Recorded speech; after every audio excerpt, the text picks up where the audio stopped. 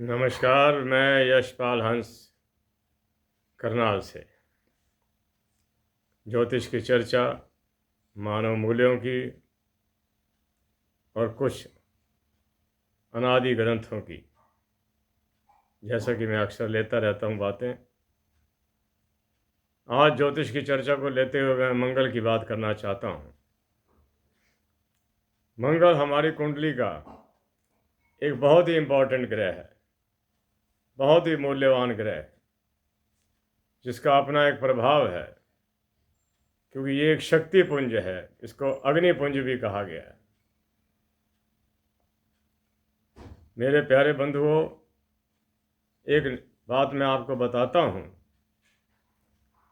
कि अगर मंगल किसी की कुंडली के 11वें भाव में बैठ जाए और साथ में केतु भी बैठा हो, वो व्यक्ति ईटेबल सामान को बड़ी खूबसूरती के साथ बेच सकता है। ऐसे लोगों के रेस्टोरेंट्स, ढाबे, होटल, खाने पीने का सामान बेचने की कमाल महारत हासिल होती। ये नई बात बता रहा हूँ, क्योंकि मैंने अभी वीडियो शुरू करने से पहले इस पर चर्चा पड़ी है। अगर मंगल लगन में बैठा हुआ हो तो ऐसे व्यक्ति के जीवन में परिवर्तन आता है। आज मैं किसी मुद्दे विशेष को लेकर नहीं, मैं जनरल बातें कर रहा हूँ, समझनी आपने है।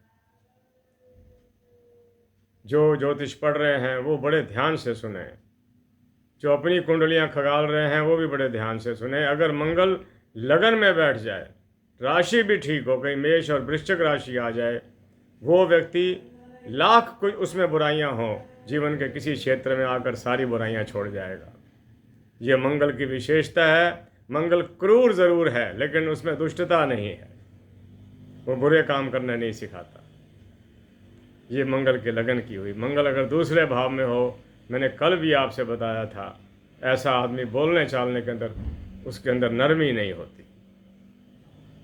वो बड़ी एक विभिन्न विचारधारा का व्यक्ति होता है। ख़ास तौर पर बात करने के लिए जहाँ जवाब देना हो बिल्कुल नहीं देगा, जहाँ देना हो जवाब नहीं देगा, जहाँ नहीं देना हो वहाँ जवाब पे जवाब आ जाएंगे। तीसरे घर का मंगल व्यक्ति को पुरुषार्थी बनाता है, क्योंकि ये स्वयं पुरुषार्थी है। अगर कहीं ये लड़खड़ाता उस समय है जब ये बुध की राशि में बैठता है, मिथुन में या कन्या में या बुध के साथ। अगर मंगल बुध के साथ बैठ गया, आप उसके परिणाम, वो मैं कहना नहीं चाहता परिणामों को वीडियो के माध्यम से, वो व्यक्ति जिंदगी में कोई भी लड़खड़ाहट, कोई भी ऐसा कार्य कर सकता है जो समाज में वांछित ना हो। मैं आगे आपको बता रहा था, ये तीसरे घर का हो गया मंगल। पहले घर का बताया, दूसरे का बताया, तीसरे का, चौथे का बताता हूँ।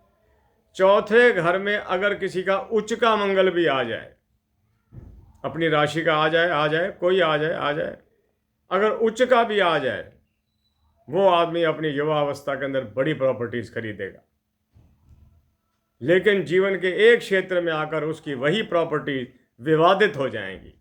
ये मैंने कम से कम 10 कुंडलियों में देखा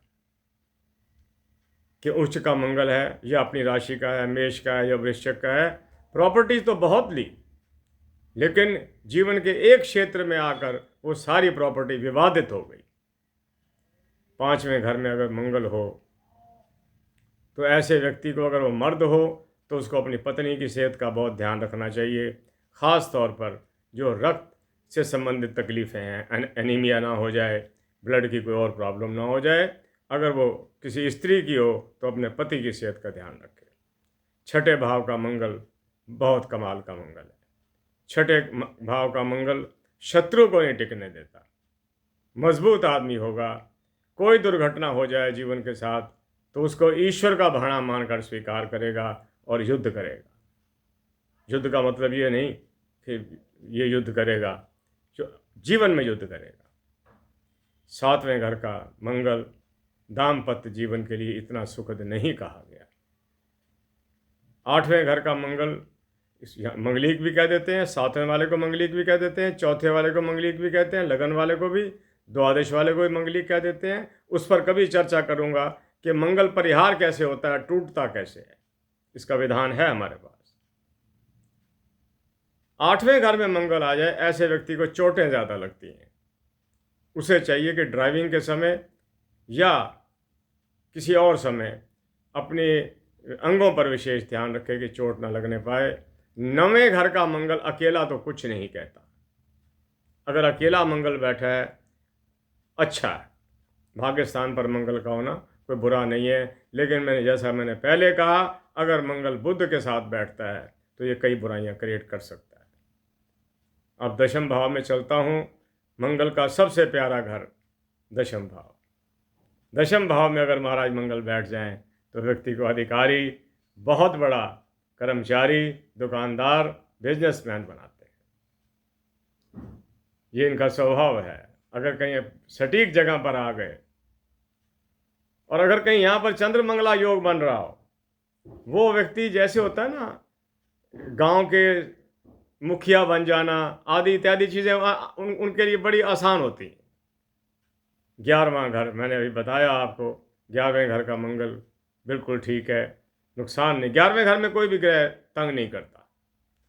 अगर 11वें घर में मंगल बैठा हो तो व्यक्ति खाने पीने की चीज़ों को डील करे, बहुत लाभ में रहेगा। 12वें घर में मंगल बैठा हो, देखिए विदेश तो ये भेज देता है हालात के अंदर, लेकिन ऐसे व्यक्ति को प्रॉपर्टी लेने में बड़ी दिक्कत आती है और बेचने में बड़ी दिक्कत आती है। ये था मंगल का चक्र। कल हम चलेंगे, कोशिश करूँगा मैं, अगर मैंने इस अध्याय पर पूरा अपने आप को केंद्रित किया कि मंगलिक दोष कटता कैसे है। क्योंकि ऐसी कुंडलियाँ भी तो हमें देखने को मिल जाती हैं ना, कि पति पत्नी में से एक मंगलिक है, दूसरा नहीं है, लेकिन जीवन बहुत अच्छा कट गया। तो क्या कारण था उसका कि मंगल कटा? वैसे भी मंगल कोई मृत्यु का कारण नहीं बनता, मंगल बीमारियों का कारण बनता है। रोग हो जाना, दोनों में से किसी एक को तकलीफ में रहना, ऐसी स्थिति बन जाती है। 7 मिनट 8 मिनट होने को आ गए। आज की वार्ता को समाप्त करता हूँ। मंगल पर विस्तार से चर्चा करूँगा, क्योंकि ये कुछ विषय ऐसे हैं जो लंबी वार्ता मांगते हैं, जैसे काल सर्प योग हो गया, मंगलिक दोष हो गया, गंडमूल हो गया। मेरा मन करता है कि मैं थोड़े से टाइम के अंदर इस पर कैसे ऐसे बात करूं कि मिनिमाइज़ हो जाए, छोटी हो जाए। खैर, प्रभु कोई रास्ता निकालेंगे, मेरी माँ सरस्वती मुझे ज्ञान देगी। इसी के साथ आपके कल्याण की कामना करता हुआ, आपके जीवन में खुशियों की कामना करता हुआ, आपके घर में प्यार, धन और ऐश्वर्य और एकता की कामना करते हुए मैं यशपाल हंस आपसे आज्ञा चाहता हूँ। जय जगत, जय भारत, नमस्कार।